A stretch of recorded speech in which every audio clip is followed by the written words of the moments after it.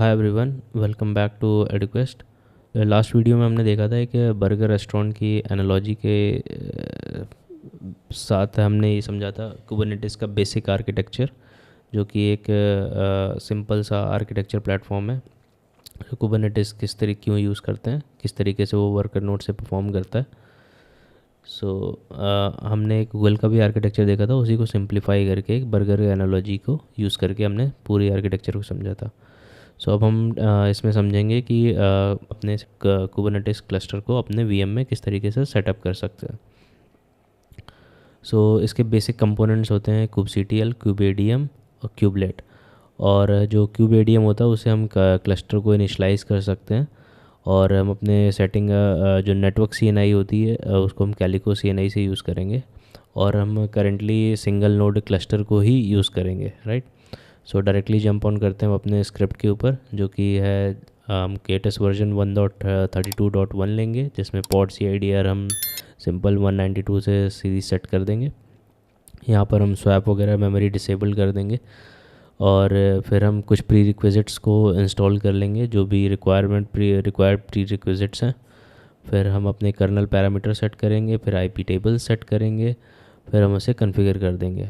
फिर next step हमारा fourth होता है कि हम कंटेनर को इंस्टॉल करेंगे, जो भी प्रोसेस है। फिर एक कंटेनर की टॉमल फाइल बनाएंगे उसके अंदर, और उसमें हम cgroup-fs को systemd, फिर रीस्टार्ट करेंगे कंटेनर को और इनेबल कर देंगे उसे, राइट।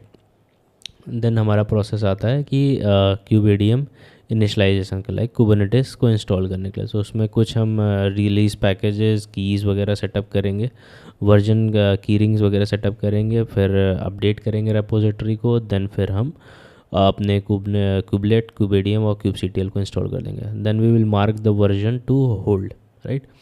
फिर हम मूव ऑन करते हैं डायरेक्ट इनिशलाइजेशन में, kubeadm init, फिर वर्जन हम देंगे, उसमें पॉड CIDR की वैल्यू डालेंगे और ignore preflight errors, right. फिर नेक्स्ट स्टेप आता है हमारा mkdir क्यूब CP करेंगे अपनी डायरेक्टरी कॉन्फ़िगरेशंस को।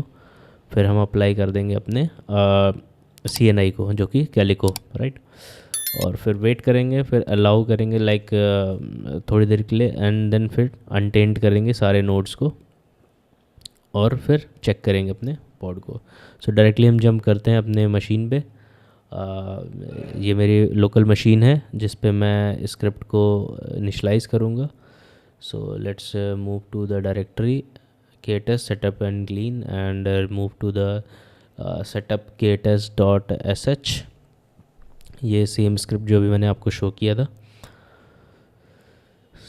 Let's execute this one. ./setup KTUS.sh इसको हम चला देंगे। Okay, let me set up the permission for this on the line the sed sfig. Okay, let me edit this. Line number 11, this one. Okay, sed swap value sudo. Okay, we need to apply sudo in every command because हम ये non root user से चला रहे हैं। हमें जितने भी APT के कमांड्स हैं उसमें हमें sudo लगाना पड़ेगा, और यह तो जो बाइनरीज कमांड है उनमें सब में हमें ये लगाना पड़ेगा। एल्स हम क्या कर सकते हैं, हम रूट यूज़र से लॉगिन करके सेटअप को एग्जीक्यूट करके, एनीवेज कुबरनेटिस हमारा एज अ रूट यूज़र ही चलता है। Let's execute this one director. Let's execute and started. आप देख रहे हो पहला स्टेप हमने डिसेबलिंग स्वैप कर दिया, प्री रिक्विजिट इंस्टॉल हुआ। देन फिर हम कंटेनर हमारे में ऑलरेडी इंस्टॉल था। Let's configure the kubectl, and ये इंस्टॉलेशन पे कंप्लीट हो गया। Like you can see the deployment. हमने वहाँ वर्जन को मेंशन किया था जो 1.32.1 था, उसको हमने चलाया, और फिर हमने ये पूरा पैकेजेस उसी का kubeadm init का ही था। उसके बाद लास्ट में हमें डायरेक्टरीज क्रिएट करनी पड़ती है क्यूब कॉन्फ़िग करने के लिए।